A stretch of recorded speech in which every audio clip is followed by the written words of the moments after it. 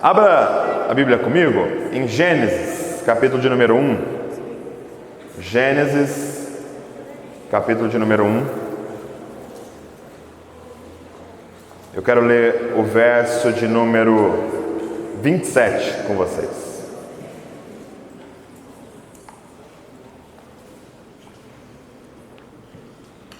Gênesis, capítulo de número 1, verso de número 27. Quem achou, diga eu amo a Bíblia. Quem não achou, diga eu também. Vamos lá. Diz assim, olha: assim Deus criou o homem à sua própria imagem. A imagem de Deus os criou. Homem e mulher os criou. Feche seus olhos. Papai, nós temos fome, Pai. Fome da Tua palavra, fome da Tua presença, Pai. E nós queremos muito que o Senhor fale conosco aqui nessa noite, Papai. Nós estamos com o nosso coração aberto, com a nossa mente preparada, Senhor, para receber a Tua palavra, Senhor. Que nós sejamos hoje aqui, Pai, aquela terra boa, Pai, da parábola, que vai receber a semente, Pai, e dar frutos, Pai, que vai dar resultados, Senhor Jesus. Então, Senhor, ministra o coração de cada um. Espírito Santo, fala com cada um aqui de uma forma muito individual, Pai, porque o Senhor conhece o coração de cada um, Papai. Senhor, fala conosco, Pai, nos dá uma direção como igreja, nos dá uma direção como família, Papai. Nós te amamos, Senhor. Obrigado porque a gente pode estar aqui, Pai, e comer a Tua palavra, Senhor, no nome de Jesus. Amém. Interessante esse texto de Gênesis capítulo 1, que diz que no sexto dia, final de toda a criação, Deus criou o homem à sua própria imagem. Agora eu estava dando uma olhada nesse texto aqui, no original, e eu uso aquele aplicativo, sabe, da Olive Tree, é muito bom, tá? Então depois você baixa aí da Olive Tree e tem lá uma Bíblia com Strongs, é Almeida com Strongs, e aí você consegue clicar na palavra e ele te dá o original. E aqui estava o original em hebraico, e o original aqui para homem, na verdade, é Adão. A palavra aqui é Adão, tá? Então eles traduziram aqui como homem, mas aonde você vê escrito Adão, é a mesma palavra daqui. Então, na verdade, o texto original diz: assim Deus criou Adão, a sua imagem e semelhança, e homem e mulher os criou. Agora, esse segundo homem é Ish, e mulher é Isha, que quer dizer macho e fêmea. Então, o que a Bíblia está dizendo é que Deus criou Adão à sua imagem e semelhança. Homem e mulher os criou. Ou seja, Adão não era um indivíduo. Adão era um ser coletivo. Adão não era uma pessoa. Não era um homem chamado Adão. Adão era um ser coletivo. Tinha Adão macho e tinha Adão fêmea. Quando Deus olhava para o homem, ou para a humanidade, ou para aquele grupo de pessoas, Ele chamava aquele grupo de pessoas de Adão. E por que isso é importante? Porque Deus criou Adão à sua imagem e semelhança. E Deus, Ele é trino. Você conhece? Deus se revela através da Trindade. É o Deus Pai, é o Deus Filho e é o Deus Espírito Santo. Então, se Deus ia criar um ser à sua imagem e semelhança, Ele tinha que criar um ser coletivo. Porque Deus, Ele está desde a eternidade se relacionando perfeitamente nessa Trindade. Ele tem uma relação perfeita com a Trindade. Eles não têm problema, gente. Eles não têm crise de relacionamento. Eles estão desde a eternidade, porque eles não foram criados desde a eternidade. Eles estão se relacionando perfeitamente. O Pai honrando o Filho honrando o Espírito exaltando o Pai, e o Pai falando bem do Filho, e o Filho lançando o Espírito, e o Espírito exaltando o Filho, e o Filho falando do Pai, e essa briga que eles têm aí de quem que exalta mais o outro. E aí Ele cria um ser, a sua imagem e semelhança. É por isso que Ele não cria um apenas, Ele cria dois, e manda esses dois se multiplicarem, e chama eles de Adão. Então Adão era um ser coletivo. E é interessante que em Gênesis 2,18, Deus vai falar: não é bom que o homem esteja só. Por quê? Porque a gente não foi feito para viver, gente. Nós fomos feitos para conviver. Grava isso, você não foi feito para viver, você foi feito para conviver. Fizeram um estudo em um orfanato, nessas épocas de guerra. Eles fizeram um estudo no orfanato, eles tinham muitos órfãos, porque os pais tinham morrido em guerra. E os cientistas fizeram o seguinte: um grupo de crianças, eles tinham as funcionárias lá do orfanato. Um grupo de crianças, elas pegavam no colo, tocavam, beijavam, davam palavras de afirmação. Um grupo de crianças não. Eles não tocavam, eles não falavam com elas, e eles não beijavam, não demonstravam carinho para aquele grupo de crianças. E eles alimentavam exatamente igual os dois grupos. O mesmo leite, a mesma comida para os dois grupos de criança. E pasmem, o grupo de criança que era tocado, beijado e que ouviam as vozes daquelas mulheres, crescia mais.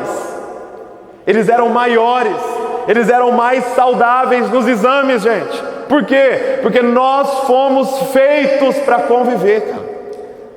Nós não fomos feitos para ficar sozinhos. Nós fomos feitos para andar em bando, em família, em grupo. Nós fomos feitos para conviver. E é por isso que Deus, quando vai criar um homem, Ele usa um verbo na primeira pessoa do plural. Ele fala assim: façamos. Interessante, né? Yahvé diz: façamos. Façamos, como assim façamos? Por que está falando nós? Por que Deus está usando façamos? Porque Ele não é sozinho, gente. Ele é uma trindade. E Ele cria um ser que era uma trindade, que era um grupo, que convivia.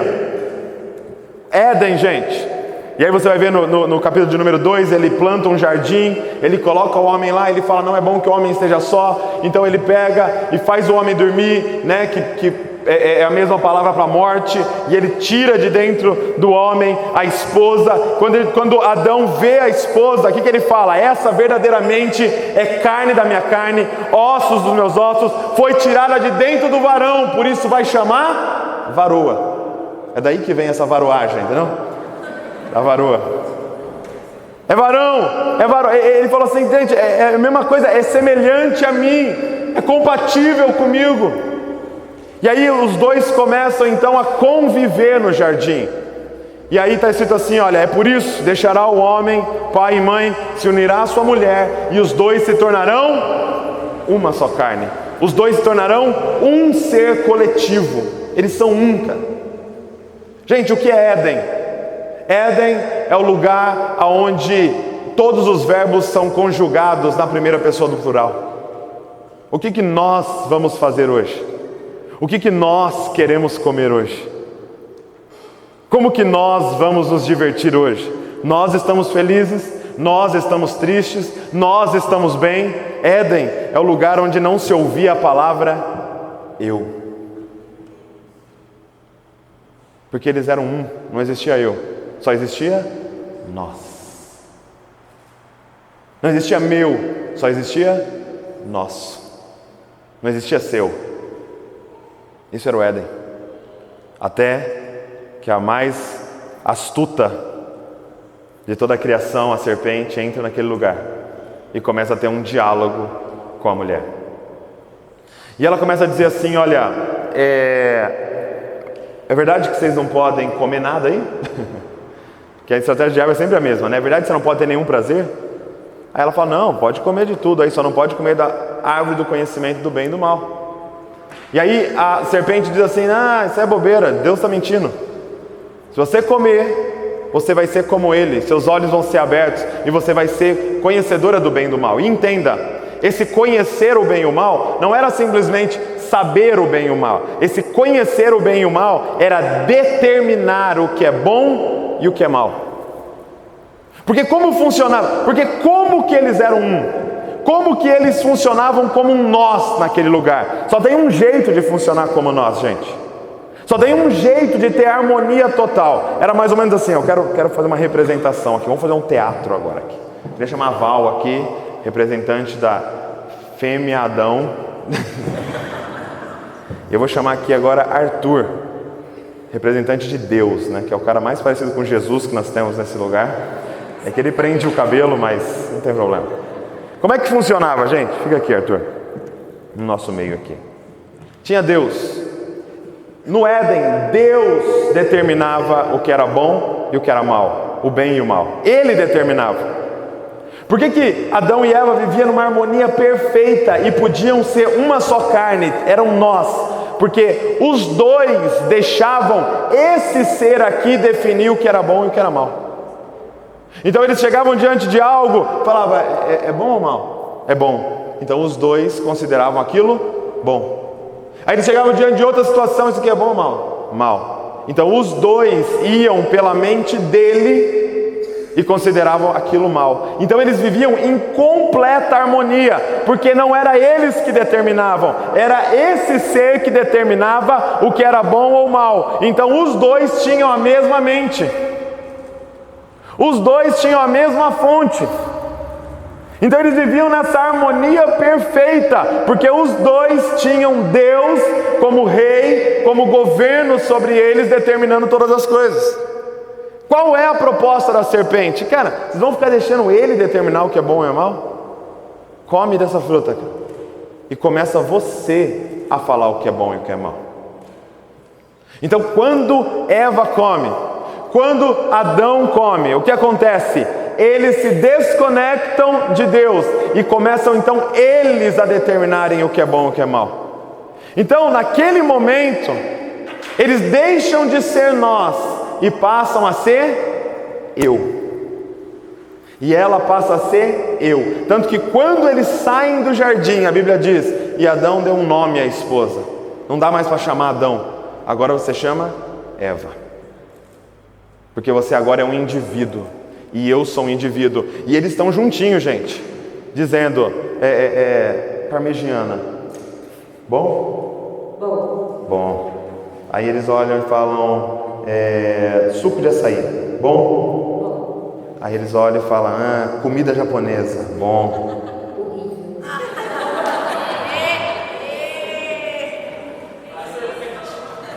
Quem está entendendo o que eu estou falando?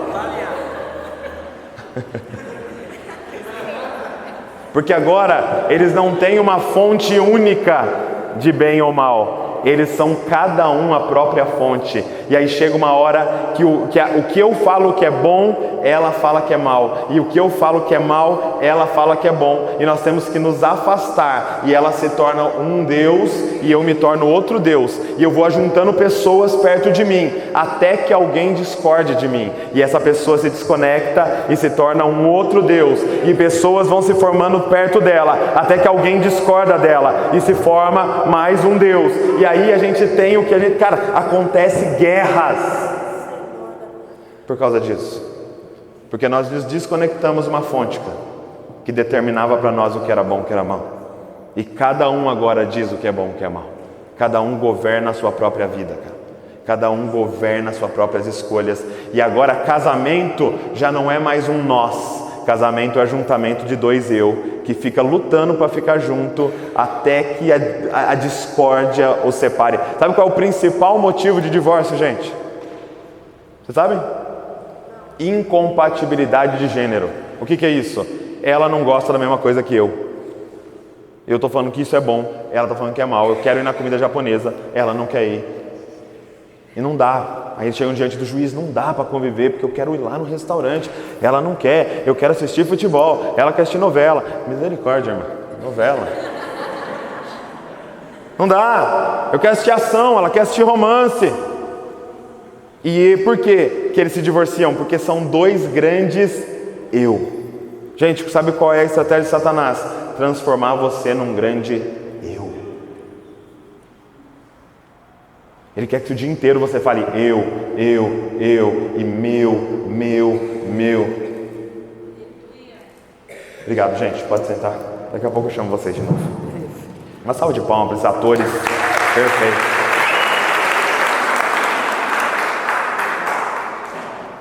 Por que tem tantos aviões? Nesse momento aqui, tem milhares de aviões voando. E por que a gente não ouve notícia de avião colidindo todo dia? Por quê? Porque nenhum avião pensa por si só. Nenhum avião faz escolhas por si só. Todos eles se remetem à mesma fonte, que é um controlador de voo, e todos eles deixam esse controlador de voo determinar quando que eles sobem, quando que eles descem, quando que eles viram, a velocidade que eles vão, porque eles decidiram não pensar por si, não decidir o que é bom e o que é mal, mas deixar uma única fonte determinar para eles o que é bom e o que é mal, e isso faz eles viverem em perfeita harmonia. Se um deles saírem dessa harmonia, a gente considera como um atentado terrorista. A gente se considera como um avião sequestrado. Cara, quantas vidas sequestradas nós temos aqui? Cara, que não consulta ele para saber o que é bom e o que é mal, mas é um grande eu. Acorda pensando em eu e vai dormir pensando em eu. Em mim. O que nos separou, cara? O que transformou o homem de nós para eu é algo chamado pecado. Cara, pecado. E mano, o pecado é tão violento que separou o primeiro casal, cara. Que transformou eles em dois grandes eu. E para você ter noção do que era isso, a Bíblia diz: eles estavam nus e não se envergonhavam. Por quê? Porque eles viviam em unidade plena. No momento que eles pecaram, a primeira coisa que eles fizeram foi se cobrir. Porque eu não posso confiar no outro, porque eu não sei o que ele vai falar que é bom e o que é mal. E se ele olhar para o meu corpo e falar que é mal? E se ele olhar para a minha vida e falar que é mal? E a gente se cobre, a gente tem que se proteger, porque não dá para confiar no outro eu, porque eu sei que eu sou eu também e que eu sou cheio de julgamentos, cara. O pecado é que nos transformou num grande eu. O pecado é que nos dividiu. Gente, o pecado é tão violento. Talvez a gente às vezes não para a pensar na força do pecado, cara. Na verdade, a gente não tem noção do quanto a gente peca, cara. Nós não temos noção de quão pecador nós somos. Sabe, assim como um peixe não sabe que está molhado, nós não entendemos o quão pecador nós somos de tão envolvido que nós estamos no pecado, cara.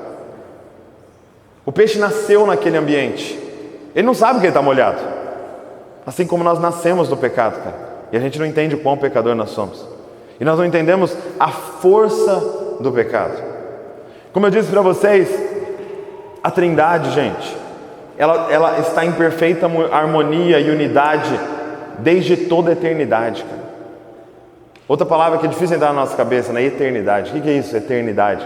Nós que estamos no tempo, é difícil conceber eternidade. Você imagina, ela está unida por toda a eternidade. Apenas uma vez a Trindade foi separada. Você imagina algo que é tão forte, mas tão forte, mas tão violento, que foi capaz de separar a Trindade. E a gente está brincando com o pecado, cara. E a gente está brincando com o pecado. No momento em que Jesus, em Mateus 27:46, olha só o que ele diz. Mateus 27:46, você não precisa abrir, eu vou ler para você.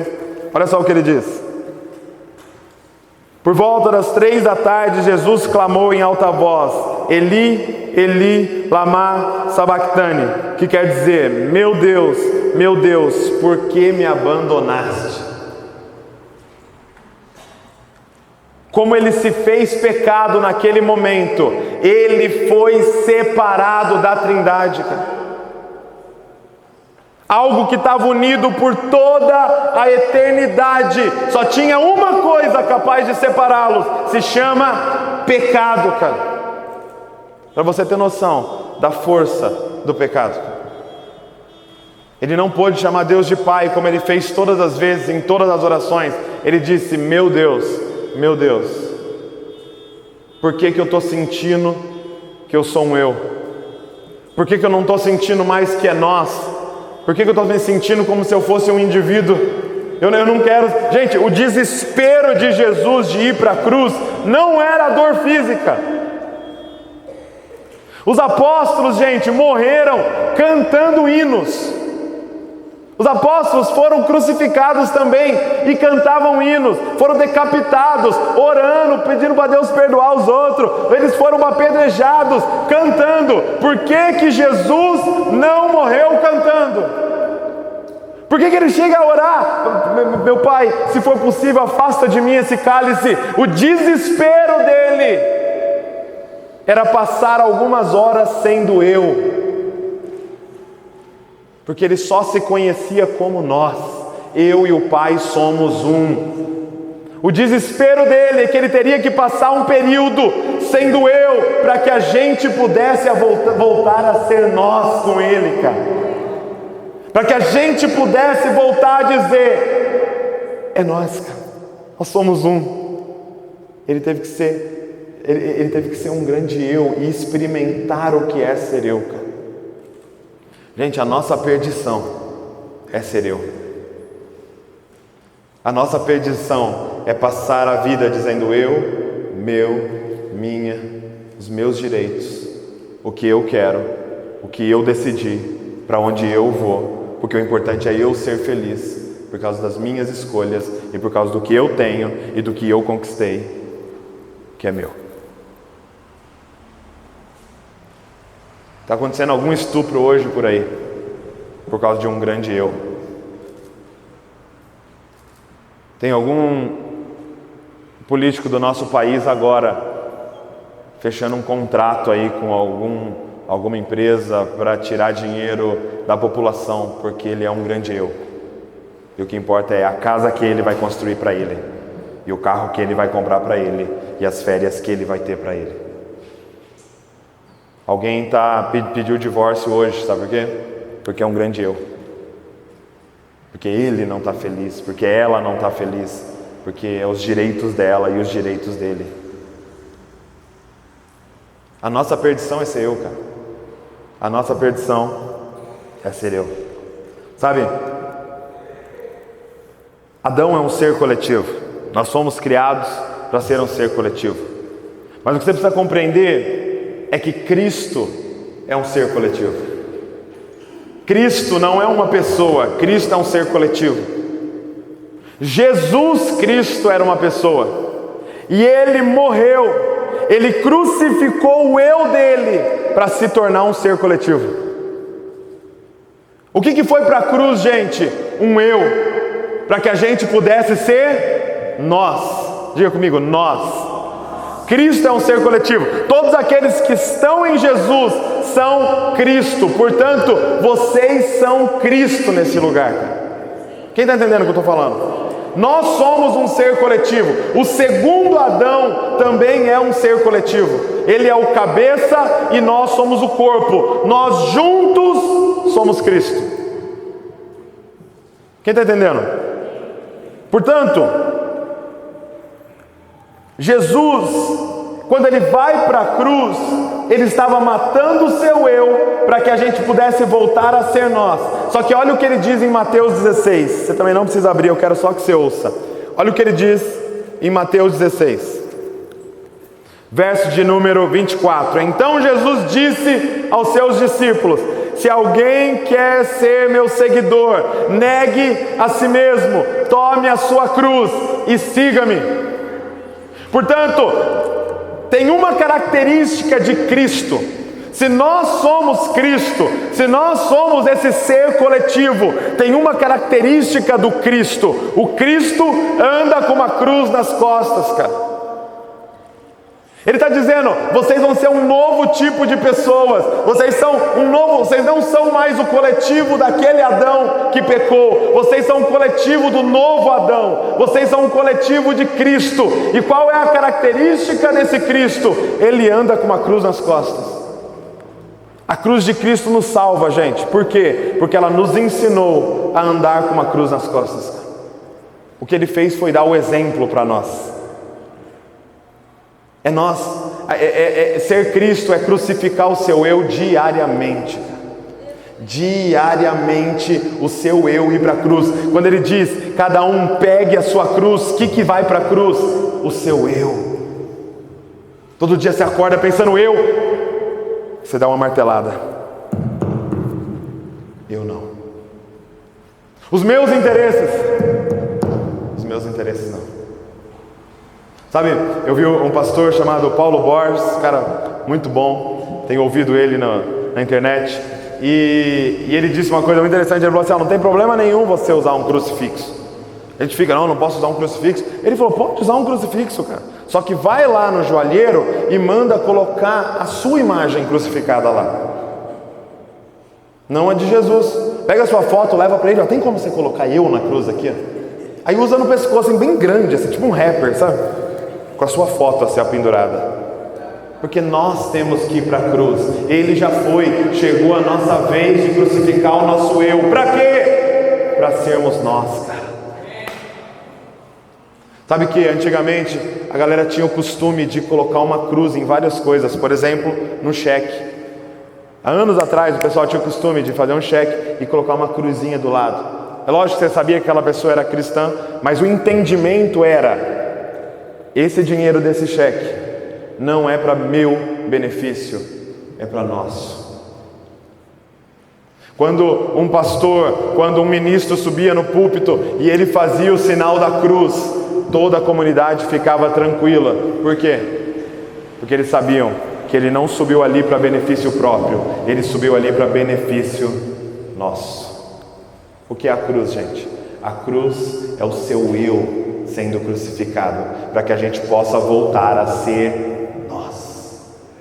Nosso, é nosso, é o nosso carro, é o nosso dinheiro, é a nossa casa, é os nossos problemas. Jesus chega para os discípulos, cara, e fala assim, deixa eu ensinar vocês a orarem. Quando vocês orarem, diga assim, Pai nosso. Não é meu Pai, não é meu Deus, é Pai nosso, e pão nosso, e reino nosso, e tentação nossa, e pecado nosso, e o maligno é nós também que sofre com ele. Nosso, gente, nós somos um ser coletivo, cara. Interessante como Paulo diz assim, já não sou mais eu quem vivo, o meu eu foi crucificado, já não sou mais eu quem vivo, agora o que vive em mim é um ser coletivo chamado Cristo, cara. Já não sou mais eu quem vivo, quem vive agora é nós. Cara, quem está entendendo o que eu estou falando, cara? É nós, cara. Eu quero propor uma hashtag para nós aqui, é nós. Essa risada é a melhor, né?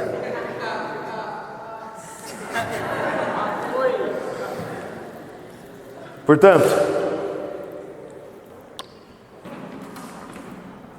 o que é salvação, gente? Salvação, como é que a gente compreende salvação? A gente compreende que Jesus nos salvou, amém? Amém? Alguém foi na escola dominical alguma vez? Jesus nos salvou. Então, como é que a gente compreende salvação? Seria mais ou menos assim, a pessoa está num culto, ou a pessoa está num momento discipulado, ela está vendo sei lá, agora dá para ver uma pregação na internet, eu não sei o que está acontecendo com ela, e de repente, o Espírito Santo entra na vida dela. E o que o Espírito Santo faz? O Espírito Santo pega ela, ele pode fazer isso, porque o Espírito Santo é Deus, ele está fora do tempo, ele pega ela, leva ela 2000 anos atrás, em Jerusalém, nos pés da cruz. E de repente essa pessoa contempla o Cristo sendo crucificado. E algo, uma convicção vem dentro dela, causada pelo Espírito Santo, de que Ele está morrendo por ela. E de que a morte daquele homem, há 2000 anos atrás, está pagando pelos pecados dela. Então todos os pecados dela do passado, ela sente uma convicção no Espírito que estão perdoados. Quem já passou por isso? Quem já sentiu isso, cara? Que seus pecados estão perdoados por causa de Jesus Cristo. Não é por nada que você fez, foi pelo que Ele fez há 2000 anos atrás. Quem já sentiu isso? Levanta a mão, meu bem. Essa é a convicção do Espírito Santo, cara. E nós entendemos salvação dessa forma, que Jesus morreu pela gente, que aquela crucificação foi para perdão dos nossos pecados. Só que eu queria te explicar de uma outra forma a salvação, porque não é exatamente isso que é salvação. Porque senão, dá uma olhada, e eu quero que esse você abra comigo em Romanos 6. Romanos capítulo de número 6, verso de número 3.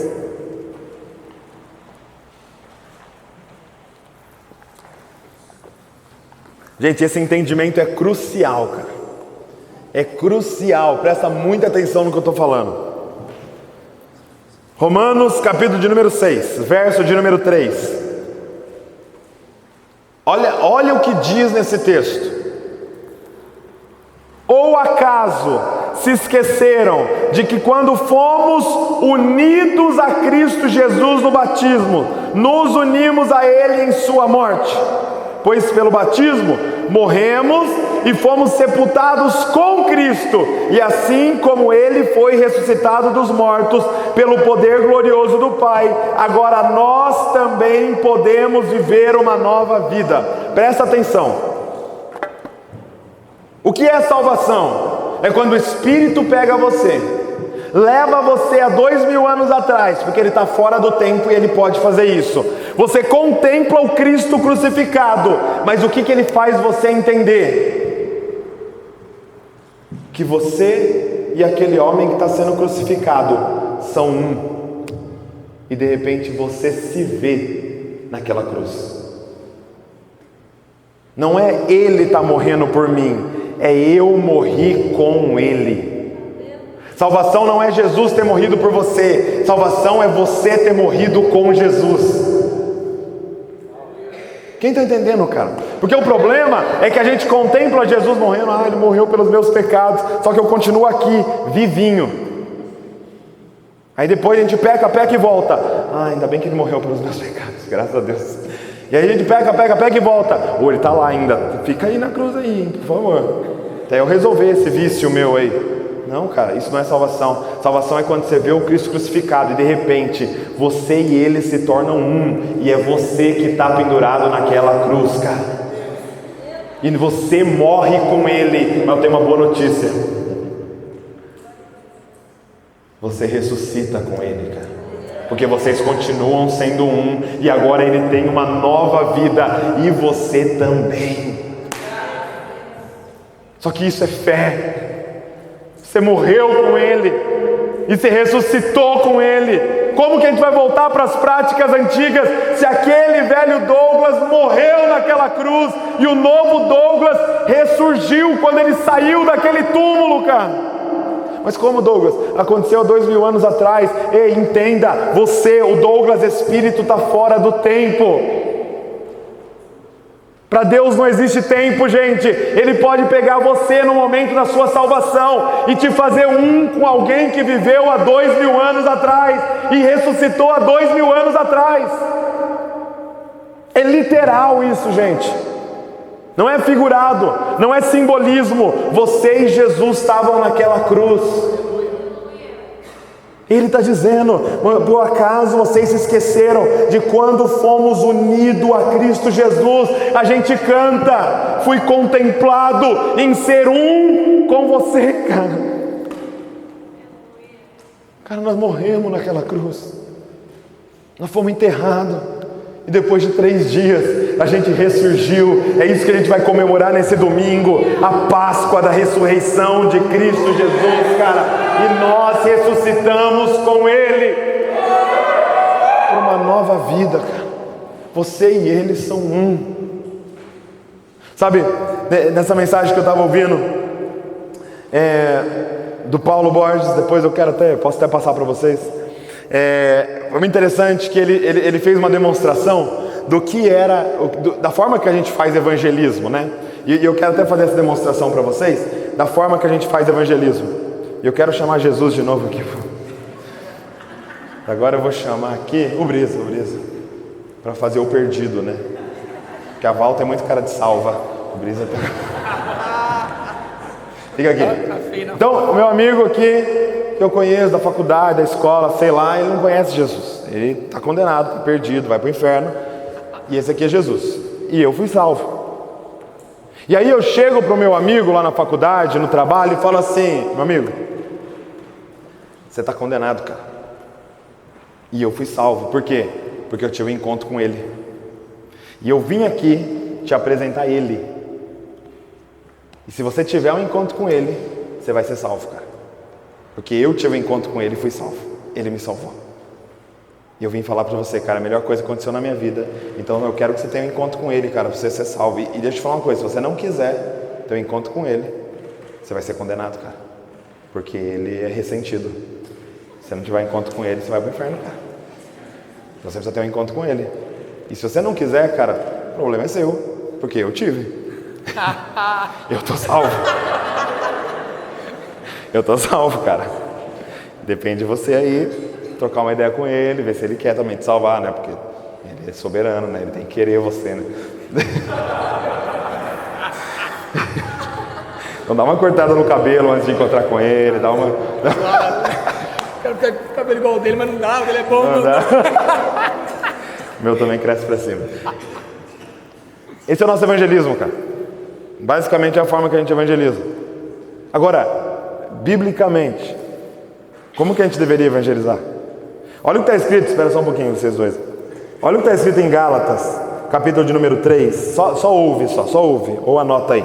Gálatas 3, 26. Presta atenção. Pois todos vocês são filhos de Deus por meio da fé em Cristo Jesus. Todos que foram unidos com Cristo no batismo se revestiram de Cristo. Não há mais judeus, nem gentio, escravo, nem livre, homem, nem mulher, pois todos vocês são um com Cristo Jesus. E agora que pertencem a Cristo, são verdadeiros filhos de Abraão e herdeiros dele segundo a promessa de Deus. Quando você está em Cristo, você e Cristo é um, e todo mundo que estiver em Cristo é um com você. O que não existe mais, gente, separação entre nós somos tudo Cristo. É o Cristo homem, Cristo mulher, é o Cristo que prega, é o Cristo que profetiza, é o Cristo que é médico, é o Cristo que é advogado, é o Cristo que joga bola, é o Cristo que anda de skate, é o Cristo que vai na escola, é o Cristo que é negro, é o Cristo que é branco, é só Cristo. Nós somos um, cara. Como é que deveria ser o nosso evangelismo? Seria mais ou menos assim, ó. Você chega para Jesus e fala: ô nós, eu conheci um cara que não sabe que é nós. Ele pensa que é eu. E a perdição da vida dele é ele achar que ele é um eu. Então eu queria ver se a gente não pode apresentar nós a nós ali. Aí você chega no cara e fala: ô nós, você precisa conhecer nós, cara. Porque sua vida está desse jeito que você acha que você é eu, cara. Você divorciou, cara, porque você acha que você é eu. Você perdeu aquele emprego porque você continua achando que você é eu, cara. Mas na verdade você é nós, cara. Você foi criado pra gente ser um junto, cara. E eu queria te convidar para conhecer nós, cara. Nós quer revelar nós para você. Hey. É nós. É nós. Você aceita nós? Aceita, vambora. Vambora nós. Aplauda o Senhor pela vida deles aqui.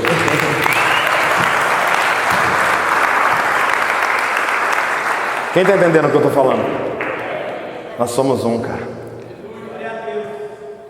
Sabe, Tiago vai dizer: vocês pedem e não recebem, porque pedem mal. Pedem para o seu próprio eu. Agora, se vocês pedirem para nós, cara, Ele vai fazer tudo o que vocês pedirem, cara. Acorda de manhã, escreve sua oração.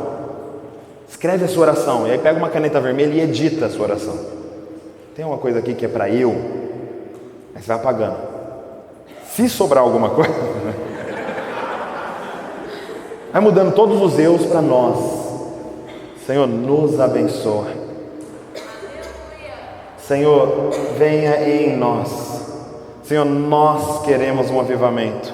E Senhor, perdoa os nossos pecados, porque nós somos corruptos nessa nação, e nós pecamos contra Ti, Senhor, e nós estamos envergonhados.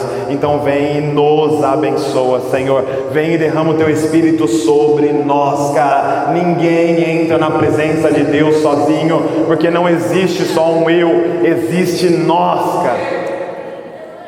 Aí você pode perguntar: Douglas, mas peraí, Douglas, e eu não existo individualmente? É lógico que você existe individualmente. E Douglas, eu não tenho que me descobrir, eu não tenho que me autoconhecer. Você tem que se descobrir e se autoconhecer, mas para quê? Para saber que benefício você tem para nós. Mas Douglas, eu tenho que descobrir meus dons. Você tem que descobrir os seus dons para saber de que forma você serve nós. Mas Douglas, eu não tenho que correr atrás dos meus sonhos, só se os seus sonhos envolver nós. Mas Douglas, eu não posso ficar rico? Pode, porque aí nós vamos ficar ricos. Quem está entendendo, cara? Agora eu te pergunto, dá para falar mal de nós? A gente é um, cara. A gente é um. Não dá para falar mal de nós, cara. Não dá para odiar nós. Nós somos um. E se alguma coisa em mim não está funcionando, eu não amputo, eu conserto. Se nós ganharmos entendimento que nós somos nós, cara, a gente nunca mais fala mal do outro para destruir, a gente só dá feedback verdadeiro para o outro melhorar. Quem está entendendo o que eu estou falando? Cara, Deus quer nos libertar de nós mesmos, cara. Chega de ser eu, sua perdição é porque a vida inteira você foi eu.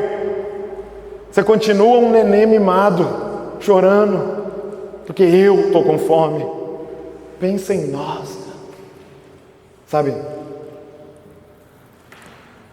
Um texto muito conhecido nosso, talvez o mais conhecido, é Mateus capítulo 22, verso de número 39, que diz assim: ame o teu próximo como a ti mesmo. João, nas cartas dele, eu acho que ele é até irônico, porque ele fala assim, ó: um novo mandamento eu vos dou, ame uns aos outros. Tipo, é o mesmo. Ame o teu próximo como a ti mesmo. E eu acho que a gente entendeu errado esse versículo. Porque qual era a minha visão desse versículo? Era assim, olha, eu preciso amar meu próximo, eu preciso amar o Vivas, acertei? Como a mim mesmo. Então o que eu faço? Eu pego um termômetro e vejo quanto que eu amo, de 1 a 10, quanto que eu me amo? 11. Então eu preciso amar igual ele. Era essa a minha visão. Quem entende assim esse versículo? O tanto que eu me amo, eu preciso amar o outro. Mas eu acho que a gente entendeu errado esse versículo. Porque o que é ame o teu próximo como a ti mesmo? É ame o teu próximo compreendendo que ele é você. Que ele é você mesmo. Porque somos nós.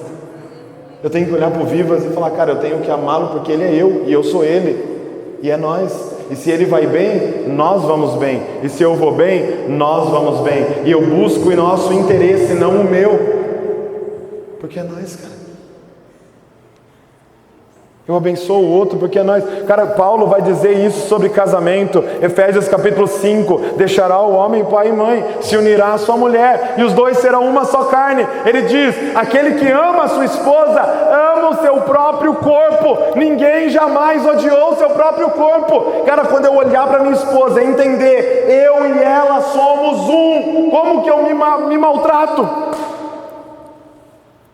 Como que eu busco os meus interesses? Deus quer fazer um shift na nossa cabeça, uma mudança na nossa mentalidade, onde a gente não busca mais o nosso eu, a gente não está feliz em eu estar bem, a nossa mente funciona, nós estamos bem. A gente entra em casa falando o que é bom para nós como família, o que nós queremos assistir. Peppa Pig? Então vamos assistir Peppa Pig. O que é importante é nós estarmos felizes, cara. Cara, no dia que você achar felicidade no nós estarmos felizes, o Evangelho entrou no seu coração, cara. Porque o Evangelho é uma volta para o Éden, é voltarmos a dizer mais nós do que eu, mais nosso do que meu. A gente precisa ir para a cruz, cara. gente precisa pregar o nosso eu na cruz, para a gente voltar a ser nós. Sabe, hoje é dia da gente ceiar. Hoje é dia de partir o pão. Em 1 Coríntios, capítulo 11, você não precisa abrir também, que eu quero só ler para você. Diz assim, olha, no verso 24. Agradeceu a Deus, partiu e disse: este é meu corpo, que é entregue por vocês. Façam isso em memória de mim. Jesus pega aquele pão. Presta atenção. Jesus pega aquele pão, cara, e ele parte. E ele deve ter partido várias vezes, porque tinha várias pessoas lá. E ele diz: esse é o meu corpo. Eu era um eu, tá vendo? Mas eu vou virar nós, cara. E cada um de vocês vai pegar um pedaço do meu corpo. E eu quero, vocês não podem se esquecer que cada um de vocês é um pedaço de mim. E Cristo só aparece se vocês estiverem juntos. Se vocês forem um, Bragança Paulista saberá que o Pai me enviou, cara, porque Cristo vai aparecer nessa cidade. Cada pessoa aqui, cara, que hoje vai comer desse pão, tem um pedaço de Jesus. Cada um aqui é uma revelação de quem Cristo é, cara. É por isso que nós somos diferentes um do outro, porque você é uma revelação de quem Cristo é, e Ele é uma revelação de quem Cristo é, e nós juntos, cara, formamos esse ser coletivo chamado Cristo. Sabe, eu ouvi uma definição de pecado que eu achei muito interessante, cara. Ele disse assim, olha, olhando para Gênesis capítulo 3, olha só o que está escrito em Gênesis 3, verso de número 6, diz assim, olha: a mulher viu que a árvore era linda e que seu fruto parecia delicioso e desejou a sabedoria que ele lhe daria. Assim tomou do fruto e comeu e depois deu ao seu marido. Sabe qual é a definição de pecado? É você comer primeiro e depois repartir.